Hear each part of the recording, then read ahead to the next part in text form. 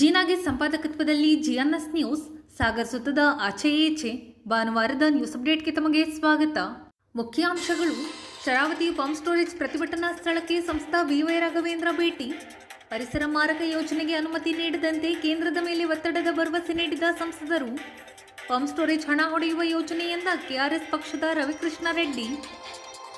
ವಿಶ್ವ ಹಿರಿಯ ನಾಗರಿಕರ ದಿನಾಚರಣೆ. ಕಾಗೋಡು ಪಾಂಡಣ್ಣ ಮತ್ತು ಸೋಮನ್ಗೆ ಸನ್ಮಾನ. ಹಿರಿಯ ನಾಗರಿಕರ ಕುರಿತು ಸಣ್ಣ ಹನುಮಪ್ಪ, ಅಶ್ವಿನಿ ಕುಮಾರ್ ಮೌಲಿಕ ಮಾತು.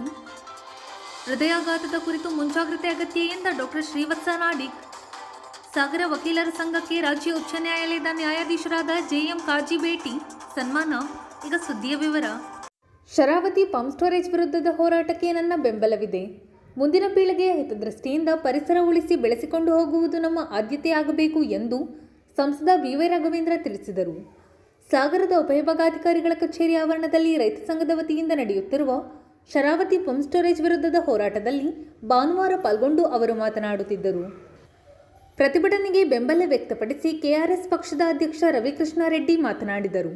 ರೈತ ಸಂಘದ ಜಿಲ್ಲಾಧ್ಯಕ್ಷ ದಿನೇಶ್ ಶಿರವಾಳ, ಪ್ರಮುಖರಾದ ರಮೇಶ್ ಕೆಳದಿ, ಅಖಿಲೇಶ್ ಚಿಪ್ಲಿ, ಟಿಡಿ ಮೇಘರಾಜ್, ಮಲ್ಲಿಕಾರ್ಜುನ್ ಹಕ್ರೆ, ಸುವರ್ಣ ಟೀಕಪ್ಪ ಇನ್ನಿತರರು ಹಾಜರಿದ್ದರು. ನಮ್ಮ ಪತ್ರಿಕಾ ಮಾಧ್ಯಮದ ಮುಖಾಂತರ ಇಲ್ಲಿರುವಂತಹ ಸಮಸ್ಯೆ, ಪರಿಸರ ಮೇಲೆ ಆಗುವಂತಹ ಒಂದು ಹಾನಿ, ಮುಂದಿನ ಪೀಳಿಗೆಗೆ ಆಗುವಂತಹ ತೊಂದರೆಗಳನ್ನ ಅದು ಲೇಖನದ ಮುಖಾಂತರ ಇರ್ಬೋದು, ಹೋರಾಟಗಳ ಮುಖಾಂತರ ಇರ್ಬೋದು, ಪಕ್ಷಾತೀತವಾಗಿ ತಮ್ಮ ಕರ್ತವ್ಯನ ತಾವು ಮಾಡಿದಿರಿ. ದೇವಸ್ಥಾನ ಬೇರೆ ಅಲ್ಲ, ಇಲ್ಲಿ ಕುಂತಿರುವಂತ ಜಾಗ ಬೇರೆ ಅಲ್ಲ. ಇಷ್ಟು ಮಾತ್ರ ಸಂದರ್ಭದಲ್ಲಿ ಹೇಳಲಿಕ್ಕೆ ಇಚ್ಛೆ ಪಡ್ತಾನೆ. ಇದು ಯಾವುದೂ ಕೂಡ ಒಬ್ಬ ಸಂಸತ್ ಸದಸ್ಯನಾಗಿ, ಸರ್ಕಾರ ನಮ್ದೇ ಇರುವ ಕೇಂದ್ರದಲ್ಲಿ, ರಾಜ್ಯದಲ್ಲಿ ಇನ್ನೊಬ್ಬರು ಸರ್ಕಾರ ಇರ್ಬೋದು, ಇದು ಯಾವುದೂ ಕೂಡ ನಿಮ್ ರಾಘಣ್ಣನ ಗಮನಕ್ಕೆ ಬಂದಿಲ್ಲ. ಇದು ಆದ್ರೆ ಇದರ ಚರ್ಚೆಯನ್ನು ಶುರು ಮಾಡಾದ್ಮೇಲೆ ನಂದೆಲ್ಲೂ ಕೂಡ ಬಂದಿದೆ. ಆ ವಿಚಾರದಲ್ಲಿ ತಿಳ್ಕೊಳ್ಳುವಂತ ಪ್ರಯತ್ನವೂ ಕೂಡ ನಾನು ಮಾಡ್ತಾ ಇದ್ದೀನಿ.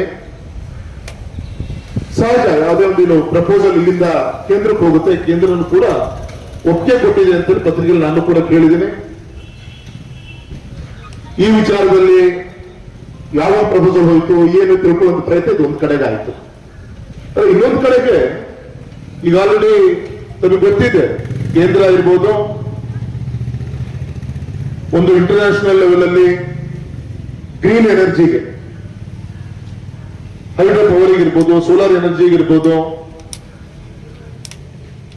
ಈ ತರ ಪ್ರಾಜೆಕ್ಟ್ಗಳಿಗೆ ಆದ್ಯತೆಯನ್ನು ಕೊಡ್ಕೊಂಡು ಬರೋದು ಅದು ದೇಶದ ಜನ ಸರ್ಕಾರದ ಕರ್ತವ್ಯನೂ ಕೂಡ ಹೌದು, ಮಾಡ್ಕೊಂಡು ಬರ್ತಾ ಇದ್ದಾರೆ. ಇಲ್ಲಿ ಇದ್ರ ಮುಖಾಂತರ ನಮ್ಮ ಪರಿಸರ, ಈ ಭಾಗದಲ್ಲಿ ಮಂಕಿ ಟೈಲ್, ಆ ಭಾಗದಲ್ಲಿ ಆ ಮಂಗಗಳಲ್ಲಿ ವಾಸ ಮಾಡ್ತವೆ, ಅನೇಕ ಸಿಂಗಳಿಕ, ಅದೇ ರೀತಿ ಬೇರೆ ಬೇರೆ ಜೀವ ವೈವಿಧ್ಯತೆ ಇರುವಂತಹ ಅನೇಕ ಪ್ರಾಣಿ ಪಕ್ಷಿಗಳು ಬೇರೆ ಬೇರೆ ಅಲ್ಲಿ ಜೀವನ ನಡೀತಾ ಇದೆ. ಅಲ್ಲಿ ಈ ತರ ಪರಿಸರ ಹಾನಿ ಆದರೆ ತಾಯಿಯ ಗರ್ಭಕ್ಕೆ ತೊಂದರೆ ಆಗದ ರೀತಿಯಲ್ಲಿ ನಿಮ್ಮ ಕಲ್ಪನೆ ಏನಿದೆ, ಇದನ್ನ ನಿಮ್ಮೆಲ್ಲರ ಒಂದು ಚುನಾಯಿತ ಪ್ರತಿನಿಧಿಯಾಗಿ ಕೇಂದ್ರಿತ ಗಮನಕ್ಕೆ ತಂದು ಅಲ್ಲೇನ್ ಮಾಡಬಹುದು. ಮತ್ತೆ ಈಗ ಆಲ್ರೆಡಿ ರಾಜ್ಯದ ಪ್ರಪೋಸಲ್ ಹೋಗಿದೆ. ಯಾವುದೇ ಪ್ರಪೋಸಲ್ಗಳು ಕೇಂದ್ರಕ್ಕೆ ಹೋದಾಗ ಅದರ ವಿಚಾರಗಳನ್ನು ನೋಡಿಕೊಂಡು ಪರ್ಮಿಷನ್ ಕೊಡೋದು ಬಿಡೋದು ಅಲ್ಲಿಗೆ ಸಲ್ಲುತ್ತೆ. ಈಗ ಆಲ್ರೆಡಿ ಕೊಟ್ಟಾಗಿದೆ ಅಂತಾನೆ ಈಗ ಆಲ್ರೆಡಿ ಪತ್ರಿಕೆಯಲ್ಲಿ ಬಂದಿದೆ, ಈಗ ಆಲ್ರೆಡಿ ಮುಂದೆ ಹೋಗಿದೆ, ಟೆಂಡರ್ ಆಗಿದೆ ಈ ಹಂತಕ್ಕೆ ಈಗ ಆಲ್ರೆಡಿ ಬಂದಿರೋದ್ರಿಂದ ಈ ಹಂತದಲ್ಲಿ ಈಗ ಆಲ್ರೆಡಿ 2-3 ವಾರದಲ್ಲಿ ನಾವು ಯಾರೇ ಸಂಬಂಧಪಟ್ಟಂತ ನಾನು ಕಾಗೇರಿ ಸಾಹೇಬರು, ನಮ್ಮ ಪಕ್ಕದ MP ಇಬ್ರು ಕೂಡ ನಾವು ಚರ್ಚೆ ಮಾಡಿದ್ವಿ. ಹೇಗೆ ನಿಲ್ಲಿಸುವಂತ ಪ್ರಯತ್ನ ಮಾಡಬಹುದು, ಏನು ಈ ದಿಕ್ಕಲ್ಲಿ ನಿಮ್ಮ ಕಳಕಳಿ ಏನಿದೆ, ಒಬ್ಬ ಸೇತುವೆಯಾಗಿ ಗಮನ ಸರಿಬೇಕಾಗಿರೋದು ನನ್ನ ಕರ್ತವ್ಯ ಇದೆ. ಆ ದಿಕ್ಕಲ್ಲಿ ನಾನು ತಮ್ಮ ಜೊತೆಗೆ ಇರ್ತೀನಿ ಅಂತ ಸಂದರ್ಭದಲ್ಲಿ ಹೇಳ್ತಾ, ಒಂದೇ ಸರಿ ರಾಜಕೀಯ ಭಾಷಣ ಬೇಡ, ಇದು ಆಗ್ಬಿಟ್ಟಿದೆ, ಕೇಂದ್ರ ಆಗಿದೆ, ರಾಜಕೀಯ ಪಕ್ಷಗಳಿಗೆ ಜೋಬಿಗೆ ಈಗಾಗಲೇ ಸೇರಾಗ್ಬಿಟ್ಟಿದೆ ಅಂತ ಕೂಡ ನಿಮ್ಮ ಹೋರಾಟಗಾರರ ಕೆಲವು ದೊಡ್ಡ ಸ್ಟೇಟ್ಮೆಂಟ್ ಕೂಡ ಓದಿದ್ದೀನಿ. ನಾನು ಹೇಳಿದೆ, ದೇವಸ್ಥಾನ ಬೇರೆ ಅಲ್ಲ, ನೀವು ಹೋರಾಟ ಮಾಡಿದ ಜಾಗ ಬೇರೆ ಅಲ್ಲ, ಮತ್ತೆ ನೀವು ಮಾತಾಡಿ. ಆದ್ರೆ ಇಲ್ಲದೆಲ್ಲ ನೋಡಿದ್ದು ಕೇಳಿದ್ದು ಎರಡೂ ಕೂಡ ಸುಳ್ಳಾಗುತ್ತೆ, ನೋಡಿದ್ರೆ ಸುಳ್ಳಾಗುತ್ತೆ. ನಿಧಾನ ಯೋಚಿಸಿ ಕೆಲವು ವ್ಯಕ್ತಿಗಳು ಮಾತಾಡಿದ್ರೆ ನಮ್ಮೊಬ್ಬರು ಕೂಡ ಈ ಒಂದು ಗೌರವಪೂರ್ವಕವಾಗಿ ಕೆಲಸ ಮಾಡ್ಲಿಕ್ಕೆ ಒಂದು ಶಕ್ತಿ ಸಿಕ್ಕಂಗೆ ಆಗತ್ತೆ ಅಂತ ಈ ಸಂದರ್ಭದಲ್ಲಿ ವಿನಂತಿನೂ ಕೂಡ ನಿಮ್ಮ ಮಾಡ್ತಾ ಗ್ಯಾರಂಟಿ ಪ್ರಶ್ನೆ ಇಲ್ಲ. ನಮ್ಮ ಪರಿಸರ ಉಳಿಬೇಕು, ಇಲ್ಲಿ ಜೀವ ಉಳಿಬೇಕು. ಆ ದಿಕ್ಕಲ್ಲಿ ನಿಮ್ ರಾಗಣ್ಣ ನಿಮ್ಮ ಹೋರಾಟದ ಜೊತೆಗೆ ಇರಬೇಕನ್ನೋ ಕರ್ತವ್ಯ ಇರಬೇಕು. ನಾನು ಇರ್ತೀನಿ. ಮತ್ತೆ ಈ ಕ್ಷಣದಿಂದ ಕೂಡ ಇನ್ನೂ ಹೆಚ್ಚು ಕ್ರಿಯಾಶೀಲತೆಯಿಂದ ಈ ನಿಮ್ಮ ಹೋರಾಟದ ಬೆಳಕನ್ನ ಡೆಲ್ಲಿಗೂ ಕೂಡ ಮುಗಿಸಿ ಯಾವ ಹಂತಲ್ಲಿದೆ ಮಲ್ಲಿಕನ್ನ ಹೋಗೋದು, ಇನ್ನೇನು ಬ್ರೇಕ್ ಹಾಕ್ಬೋದು ತಡೀಲಿಕ್ಕೆ, ಏನೇನು ಕೆಲಸ ಕಾರ್ಯಗಳು ಮಾಡ್ಬೋದು. ನೀವು ಗ್ರೀನ್ ಎನರ್ಜಿ ಮಾಡಿ, ಹಸಿರು ವಿದ್ಯುತ್ ಅನ್ನು ಕೊಡಿ ನೀವು. ಆದರೆ ಪರಿಸರ ಹಾಳು ಮಾಡಿಕೊಡುವಂತ ಅವಶ್ಯಕತೆ ಇಲ್ಲ. ಅದಕ್ಕೆ ಕಣ್ತರಿಸ್ಲಿಕ್ಕೆ ಏನಾಗಬೇಕು ಅದಕ್ಕೆ ನಾನು ಮಾಡ್ತೀನಿ ಅಂತ ಸಂದರ್ಭದಲ್ಲಿ ಹೇಳ್ತಾ ಕ್ಷಮೆ ಇದೆ. ನಾನು 1 ಗಂಟೆಗೆ ಬರಬೇಕಾಗಿತ್ತು, ಸ್ವಲ್ಪ ತಡ ಆಯಿತು. ಅದು ಕೂಡ ಕಳೆದ 15-16 ತಿಂಗಳಾಯ್ತು ಗೊತ್ತಿಲ್ಲ. ಹೋರಾಟ ಶುರುವಾಗಿ ನಿನ್ನೆಯಿಂದ 15ನೇ ತಾರೀಕಿಂದ ಹೋರಾಟ ಶುರುವಾಗಿದೆ. ನಿಮ್ಮ ಸ್ವಂತಕ್ಕೋಸ್ಕರ ತಾವೇನು ಸಮಯ ಕರೀತಾ ಇಲ್ಲ, ಈ ಪರಿಸರಕ್ಕೋಸ್ಕರ ತಾವು ಮನೆ ಮಠ ಬಿಟ್ಟು ಇವತ್ತು ಪರಿಸರ ವಿರೋಧಿಯಾದಂತಹ ಮತ್ತು ಜನವಿರೋಧಿಯಾದಂತಹ ಒಂದು ಯೋಜನೆ ಶರಾವತಿ ಪಂಪ್ ಸ್ಟೋರೇಜ್ ಯೋಜನೆಯನ್ನ ರಾಜ್ಯ ಸರ್ಕಾರ ಸಾಗರ ಭಾಗದಲ್ಲಿ ಕೈಗೆತ್ತಿಕೊಂಡಿದೆ. ಸುಮಾರು ಈಗಾಗಲೇ ಹೇಳಿರುವ ಹಾಗೆ 10,000 ಕೋಟಿ ರೂಪಾಯಿಗಳ ಪ್ರಾಜೆಕ್ಟ್ ಇದು ಅಂತ ಹೇಳಲಾಗ್ತಿದೆ. ಮತ್ತು ಯಾವುದೇ ಒಂದು ಕಾಮಗಾರಿ ಆರಂಭವಾಗದೇನೆ ಈಗಾಗಲೇ 800 ಕೋಟಿ ರೂಪಾಯಿಗಳ ಬಿಡುಗಡೆ ಆಗಿದೆ. ಇಲ್ಲಿ ಜಲವಿದ್ಯುತ್ ಯೋಜನೆಯಲ್ಲಿ ಕೆಳಗಡೆಯಿಂದ ನೀರನ್ನ ಮೇಲಕ್ಕೆತ್ತಿ ಮತ್ತೆ ಆ ನೀರನ್ನೇ ಬಳಸಿ ವಿದ್ಯುತ್ ಉತ್ಪಾದನೆ ಮಾಡುವಂತಹದ್ದು. ಬಹುಶಃ ನಾನು ಹಲವಾರು ದೇಶಗಳನ್ನು ನೋಡಿದ್ದೀನಿ, ದೇಶಾದ್ಯಂತ ಓಡಾಡಿದ್ದೀನಿ. ಪ್ರಪಂಚದಲ್ಲಿ ಇಂತಹ ಒಂದು ಯೋಜನೆಯನ್ನ ನಾನು ಇಲ್ಲಿ ತನಕ ಕೇಳಿರಲಿಲ್ಲ. ಕಂಡರಿಯದ ಕೇಳರಿಯದ ಯೋಜನೆ ಇದು. ಕೇವಲ ಇವತ್ತಿನ ಕಾಲದಲ್ಲಿ ನಮಗೆಲ್ಲ ಗೊತ್ತಿರೋ ಹಾಗೆ ಕಾಂಕ್ರೀಟ್ ಅಂದ್ರೆ ಭದ್ರವಾದ ಯೋಜನೆ ಅಂತಲ್ಲ, ಸಿಮೆಂಟು ಜಲ್ಲಿ ಮರಳು ಹಾಕುವಂತಹ ಯೋಜನೆಗಳಿಗೆ ಸರ್ಕಾರಗಳು ಅಥವಾ ರಾಜಕಾರಣಿಗಳು ಅಧಿಕಾರಿಗಳು ಆಸಕ್ತರಿರ್ತಾರೆ. ಅಂತಹ ಒಂದು ಯೋಜನೆ ಇದು ರಾಜ್ಯದ ಜನಸಾಮಾನ್ಯರ ತೆರಿಗೆ ಹಣದಲ್ಲಿ ಲೂಟಿ ಹೊಡೆಯುವಂತಹ ಯೋಜನೆ.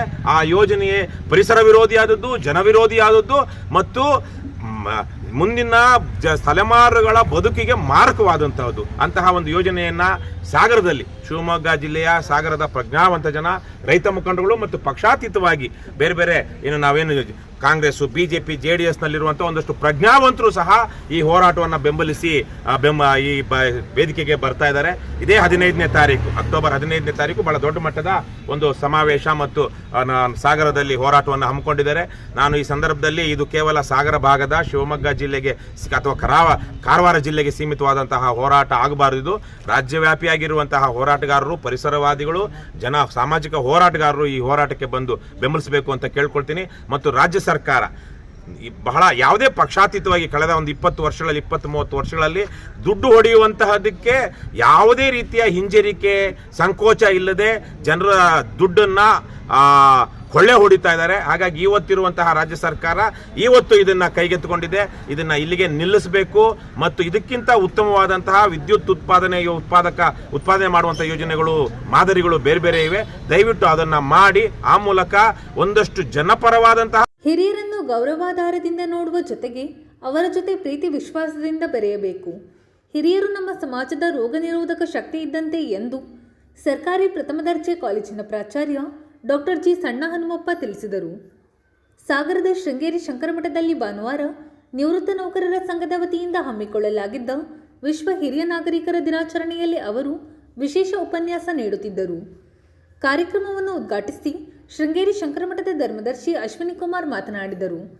ಇದೇ ಸಂದರ್ಭದಲ್ಲಿ ವಿಧಾನಸಭಾ ಮಾಜಿ ಅಧ್ಯಕ್ಷ ಡಾಕ್ಟರ್ ಕಾಗೋಡು ತಿಮ್ಮಪ್ಪ, ನಿವೃತ್ತ ಯೋಧ ಕ್ಯಾಪ್ಟನ್ GT ಸೋಮನ್ ಬೇಳೂರು, ಸಾಮಾಜಿಕ ಕಾರ್ಯಕರ್ತ TV ಪಾಂಡುರಂಗ ಅವರನ್ನು ಸನ್ಮಾನಿಸಲಾಯಿತು. ಕ್ರೀಡೆ ಹಾಗೂ ಸಾಂಸ್ಕೃತಿಕ ಸ್ಪರ್ಧೆಯಲ್ಲಿ ವಿಜೇತರಾದವರಿಗೆ ಬಹುಮಾನ ವಿತರಣೆ ಮಾಡಲಾಯಿತು. ಸಂಘದ ಅಧ್ಯಕ್ಷ ಉಮೇಶ್ ಶರಣೆಲ್ಲೂರು ಕಾರ್ಯಕ್ರಮದ ಅಧ್ಯಕ್ಷತೆ ವಹಿಸಿದ್ದರು.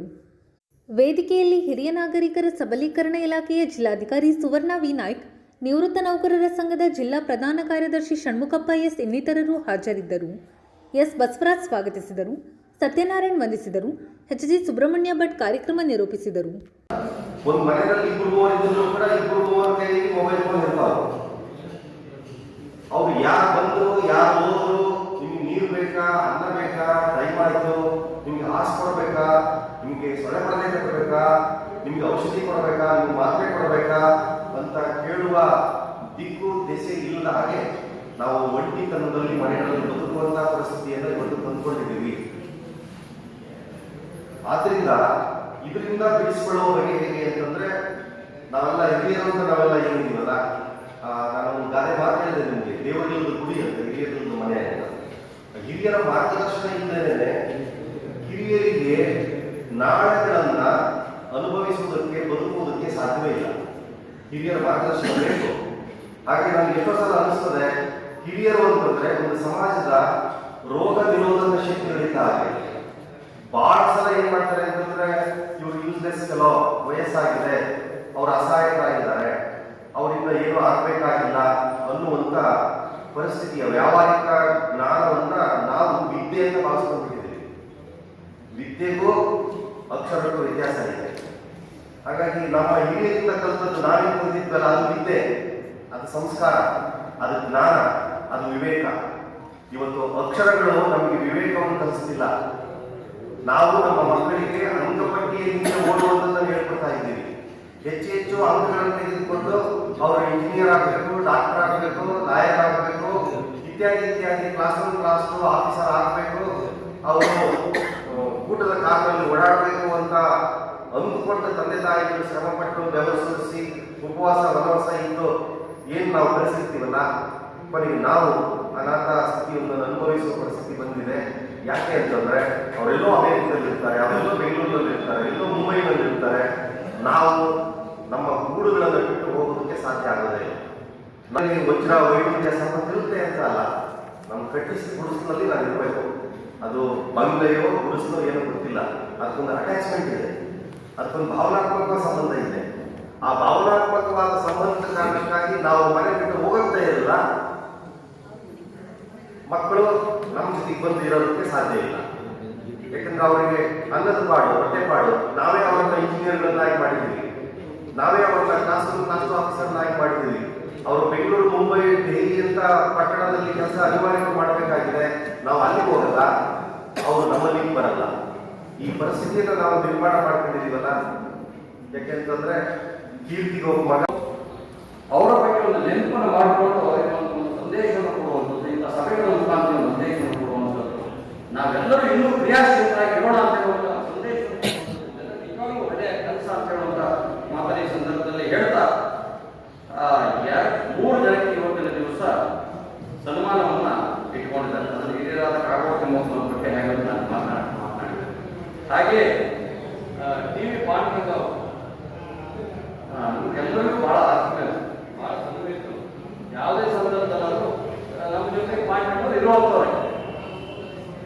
ಅವರನ್ನು ಸಹ ಈ ಸಂದರ್ಭದಲ್ಲಿ ಗೌರವಿಸಿ ಮಾಡ್ತಾ ಇರುವಂತ ಕೆಲಸ ಶ್ಲಾಘನೀಯವಾದ ಮಾತನ್ನು ಹೇಳ್ತಾ, ಹಾಗೆ ಕ್ಯಾಪ್ಟನ್ ಬಿ.ಟಿ. ಸೋಮನ್ ಬೇಡೂರು, ನಮ್ಮ ದೇಶವನ್ನು ಕಾಪಾಡಿದಂತ ಸೈನಿಕರು, ನಾವು ಅವರಿಗೂ ಮಾತ್ರ ನಾವು ಅಂತ ಒಬ್ಬ ಹಿರಿಯ ಸೈನಿಕರನ್ನು ಗುರುತಿಸಿ ಈ ಸಂದರ್ಭದಲ್ಲಿ ಸನ್ಮಾನ ಮಾಡ್ತಾ ಇದ್ದೀರಲ್ಲ, ನಿಜವಾಗಲೂ ನಿವೃತ್ತ ಸಂಘದ ಎಲ್ಲ ಪದಾಧಿಕಾರಿಗಳು ಈ ಸಂದರ್ಭದಲ್ಲಿ ನಾನು ಅಭಿನಂದನೆಗಳನ್ನು ಸಲ್ಲಿಸ್ತಾ, ನನ್ನ ಮಕ್ಕಳು ಬಹಳ ಮನುಷ್ಯ ಆರೋಗ್ಯಪೂರ್ಣ ಬದುಕು ನಡೆಸಲು ಮಾನಸಿಕವಾಗಿ ಸಿದ್ಧನಾಗಿರಬೇಕು ಎಂದು ಹೃದಯ ತಜ್ಞ ಡಾಕ್ಟರ್ ಶ್ರೀವತ್ಸ ಎಸ್ ನಾಡಿಗ್ ತಿಳಿಸಿದರು. ಸಾಗರದ ರೋಟರಿ ಭವನದಲ್ಲಿ ಭಾನುವಾರ ಲಯನ್ಸ್ ಕ್ಲಬ್ ಮತ್ತು ರೋಟರಿ ಸಂಸ್ಥೆ ವತಿಯಿಂದ ಏರ್ಪಡಿಸಿದ್ದ ಕಾರ್ಯಕ್ರಮದಲ್ಲಿ ಅವರು ಉಪನ್ಯಾಸ ನೀಡುತ್ತಿದ್ದರು. ಲಯನ್ಸ್ ಅಧ್ಯಕ್ಷ ಡಾಕ್ಟರ್ ಪ್ರಸನ್ನ, ಪ್ರಮುಖರಾದ ಎಸ್ ಪ್ರಕಾಶ್, ವಿಜಯ್ ಕುಮಾರ್, ಶ್ರೀಧರ್ ಏಳಿ, ಮಹದೇವ್, ಪ್ರಭಾಸ್ ಶ್ರೀಧರ್ ಇನ್ನಿತರರು ಹಾಜರಿದ್ದರು.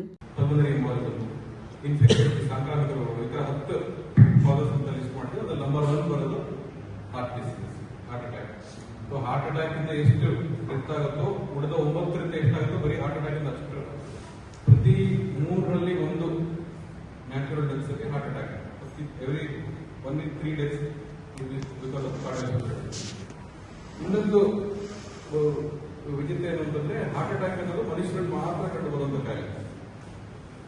ಈಗ ಪ್ರಾಣಿಗಳಲ್ಲಿ ಆರ್ ಈವನ್ ನಮ್ಮ ಕ್ಲೋಸೆಸ್ಟ್ ರಿಲೇಟಿವ್ಸ್ ಅಂತ ಕರೆಯುವಂತ ವಾನರ ಸಮೂಹ ಏನಿದೆ, ಬೇರೆ ಏಪ್ಸ್, ಗೋರಿಲ್ಲ, ಅದರಲ್ಲಿ ಹಾರ್ಟ್ ಅಟ್ಯಾಕ್ ಅನ್ನೋದು ಕಂಡು ಬರುವುದಿಲ್ಲ, ಮನುಷ್ಯರಲ್ಲಿ ಮಾತ್ರ ಕಂಡು ಬರುತ್ತೆ. ಯಾಕೆ ಮನುಷ್ಯರಲ್ಲಿ ಮಾತ್ರ ಕಂಡು ಬರ್ತದೆ ಹಾರ್ಟ್ ಅಟ್ಯಾಕ್. ಬರುತ್ತೆ, ಬೇರೆ ಪ್ರಾಣಿಗಳೆಲ್ಲ ಬಹಳ ರೇರ್ ಅದು. ಅದೇ ಕ್ಯಾನ್ಸರ್ಗಳು ಇವನ್ ಅನಿಮಲ್ಸ್ ಇರ್ತವೆ. ಸೊ ಇದರ ಸಮಯ ವಿಷಯಗಳು ನಮ್ಮ ಕಾರ್ಯಗಳಿಗೆ ಕಾರಣವಾಗ್ತವೆ. ಒಂದು ನೇಚರ್ ಮತ್ತೆ ನರ್ಚರ್.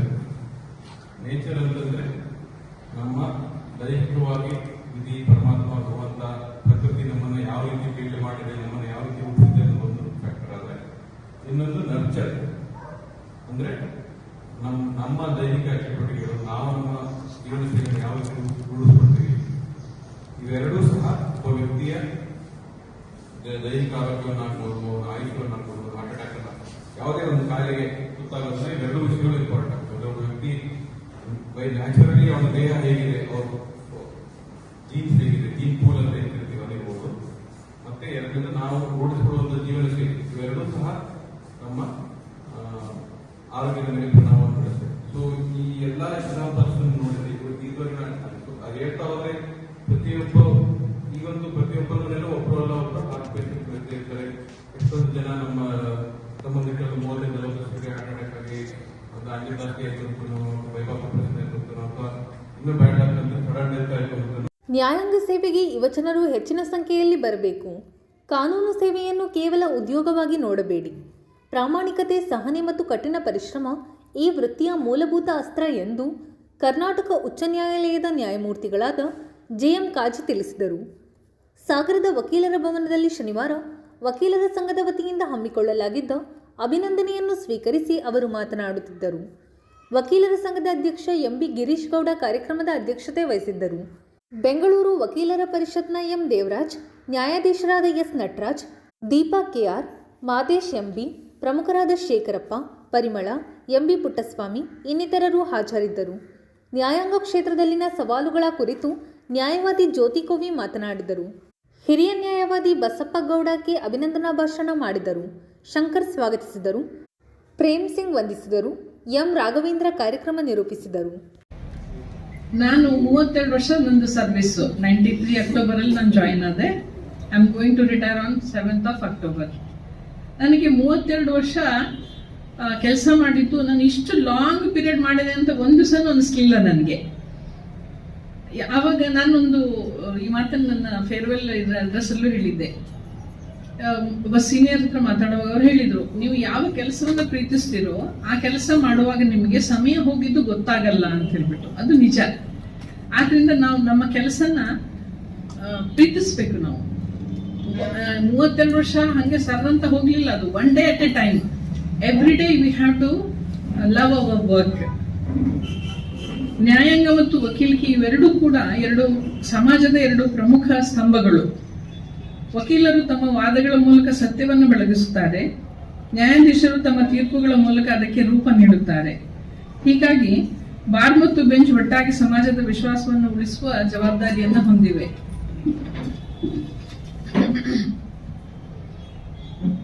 ಇಂದಿನ ಸಮಾಜದಲ್ಲಿ ನ್ಯಾಯಾಂಗದ ಪಾತ್ರ ಅತ್ಯಂತ ಪ್ರಮುಖವಾಗಿದೆ. ವೇಗವಾಗಿ ಬದಲಾಗುತ್ತಿರುವ ಪರಿಸ್ಥಿತಿಗಳಲ್ಲಿ ಜನರ ಹಕ್ಕುಗಳನ್ನು ಕಾಪಾಡಿ ನ್ಯಾಯವನ್ನು ಸಮಯಕ್ಕೆ ಸರಿಯಾಗಿ ಒದಗಿಸುವುದು ನಮ್ಮೆಲ್ಲರ ಕರ್ತವ್ಯವಾಗಿದೆ. ವಕೀಲರು ಹಾಗೂ ನ್ಯಾಯಾಧೀಶರು ಕೈಗೂಡಿಸಿಕೊಂಡು ನಿಷ್ಠೆಯಿಂದ ಕೆಲಸ ಮಾಡಿದಾಗ ಮಾತ್ರ ಇದು ಸಾಧ್ಯ ಆಗುತ್ತೆ. ಇಲ್ಲಿ ಹಾಜರಿರುವ ಎಲ್ಲ ಯುವ ವಕೀಲರಿಗೆ ನನ್ನ ಹೃದಯಪೂರ್ವಕ ಸಂದೇಶ: ಕಾನೂನು ವೃತ್ತಿಯನ್ನು ಕೇವಲ ಉದ್ಯೋಗವಾಗಿ ನೋಡಬೇಡಿ. ಅದು ಒಂದು ಸೇವೆ, ಪ್ರಾಮಾಣಿಕತೆ, ಸಹನೆ.